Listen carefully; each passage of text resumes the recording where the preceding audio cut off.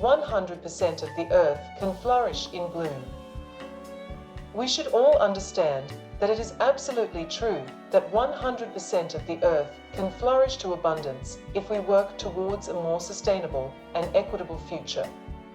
This involves addressing environmental challenges, promoting social justice, and ensuring that resources are managed responsibly and fairly.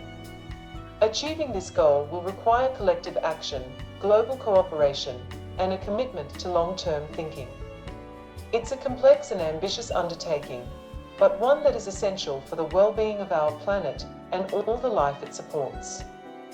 The optimal life rules wit to marvel us, tilde bedded up. Contemplate together, if you will, the phrase "one nation under God, indivisible," from the United States Pledge of Allegiance reflects this great and grand idea of unity, suggesting that our strength and resilience as a nation stem from our shared commitment to higher ideals and values. This concept of oneness goes beyond mere political or economic interests, and instead speaks to a sense of our common humanity and shared destiny. So happened to be 9/11 attention, the 2020's perfect vision unity in heralding the year of Jubilee. Ask anybody with ESP, how much sacrifice does it take to learn obedience? Hashtag violations of oath of office, X Walker v. Members of Congress *** in refusing to obey the law of the Constitution and call an Article 5 convention when required to do so. The members of Congress not only violated federal income tax law, but their oath of office as well. The Constitution requires that all members of Congress must take an oath of office to support the Constitution before assuming office. In order to comply with the Constitution, Congress has enacted federal laws to execute and enforce this constitutional requirement. Federal law regulating oath of office by government officials is divided into 4 parts along with an executive order which further defines the law for purposes of enforcement.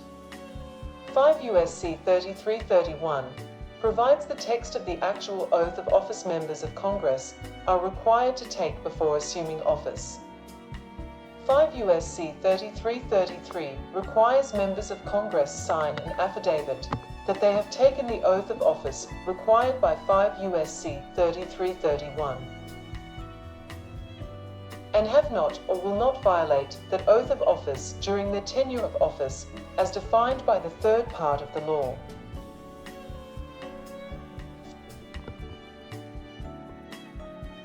*5 U.S.C. 7311, which explicitly makes it a federal criminal offense and a violation of oath of office for anyone employed in the United States government, including members of Congress, to advocate the overthrow of our constitutional form of government.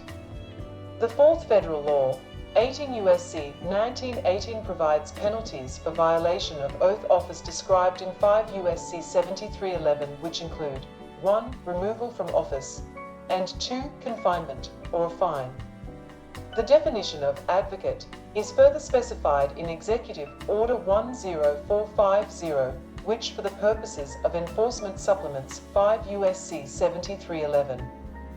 One provision of Executive Order 10450 specifies it is a violation of 5 U.S.C. 7311. For any person taking the oath of office to advocate the alteration of the form of the government of the United States by unconstitutional means. Our form of government is defined by the Constitution of the United States. It can only be altered by constitutional amendment. Thus, according to Executive Order 10450, and therefore, 5 U.S. 7311, any act taken by government officials who have taken the oath of office prescribed by 5 U.S.C. 3331, which alters the form of government other by amendment, is a criminal violation of the 5 U.S.C. 7311. Congress has never altered the Article 5 Convention clause by constitutional amendment. Hence, the original language written in the law by the framers and its original intent remains undisturbed and intact. That law specifies a convention call is peremptory on Congress when the states have applied for a convention call and uses the word shall to state this. The states have applied. When members of Congress disobey the law of the Constitution and refuse to issue a call for an Article 5 convention. When peremptorily required to do so by that law, they have asserted a veto power when none exists nor was ever intended to exist in that law. This veto alters the form of our government by removing one of the methods of amendment proposal the law of the Constitution creates. Such alteration without amendment is a criminal violation of 5 U.S.C. 7311 and 18 U.S.C. 1918. In addition, the members of Congress committed a second criminal violation of their oaths of office regarding an Article 5 convention call. 5 U.S.C. 7311 clearly specifies it is a criminal violation for any member of Congress to advocate the overthrow of our constitutional form of government. The definition of the word advocate is to defend by argument before a tribunal or the public, support or recommend publicly. The single intent of the federal lawsuit Walker v. Members of Congress, a public record, was to compel Congress to obey the law of the Constitution and call an Article 5 convention. As peremptorily required by that law, the original intent of which has never altered by constitutional amendment. The lawsuit was brought because Congress has refused to obey the law of the Constitution. Such refusal obviously establishes the objective of the members of Congress to overthrow our form of government by establishing they, the members of Congress, can disobey the law of the Constitution and thus overthrow our constitutional form of government. The word peremptory precludes any objection whatsoever by members of Congress to refuse to call an Article 5 convention. This peremptory preclusion certainly includes joining a lawsuit to oppose obeying the law of the Constitution, and it may be vetoed by members of Congress.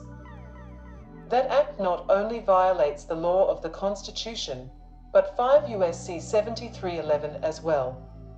When the members of Congress joined to oppose Walker v. Members of Congress, their opposition became part of the court record and therefore a matter of public record. Thus, regardless of whatever arguments for such opposition were presented by their legal counsel to justify their opposition, the criminal violation of the oath of office occurred because the members of Congress joined the lawsuit to publicly declare their opposition to obeying the law of the Constitution. The American people, or any organized groups from an and everywhere, might consider that engaged into enacting Article 5 may be like on *MS Windows, akin to pressing Ctrl+, Alt+Del to access the task manager. We are essentially suggesting a reboot of the system. In this case, the system would be the American political and constitutional framework. After pressing Ctrl+, Alt+Del and opening the task manager, in the context of constitutional reform, this could involve a thorough review of. The next step would be to assess the running processes, or, metaphorically, the current functioning of our political system, identify any processes that seem to be causing problems, i.e., aspects of our system that are contributing to division and dysfunction, and either end or modify those processes to improve overall system performance. In the context of constitutional reform, this could involve a thorough review of existing constitutional provisions, precedents, and interpretations, with an eye toward identifying those elements that have become outdated, ineffective, or counterproductive in promoting unity and upholding the principles of democracy. From there, we could propose and implement targeted amendments or reforms that address these specific issues, with the goal of restoring the Constitution's original spirit and purpose as a unifying force in American society.